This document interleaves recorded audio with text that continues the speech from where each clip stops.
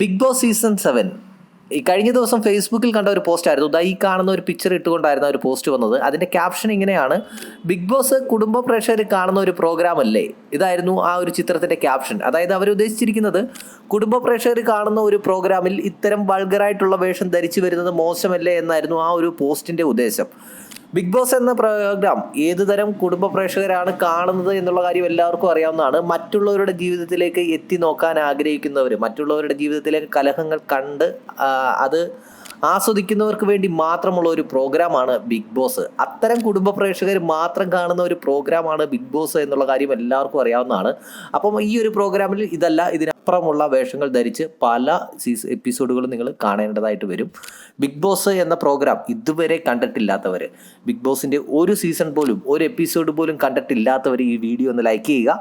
Big boss എന്ന പ്രോഗ്രാമിനെ പറ്റിയുള്ള നിങ്ങളുടെ വിലയേറിയ അഭിപ്രായങ്ങൾ കൂടി ഒന്ന് കമൻറ്റ് ബോക്സിൽ രേഖപ്പെടുത്തുക.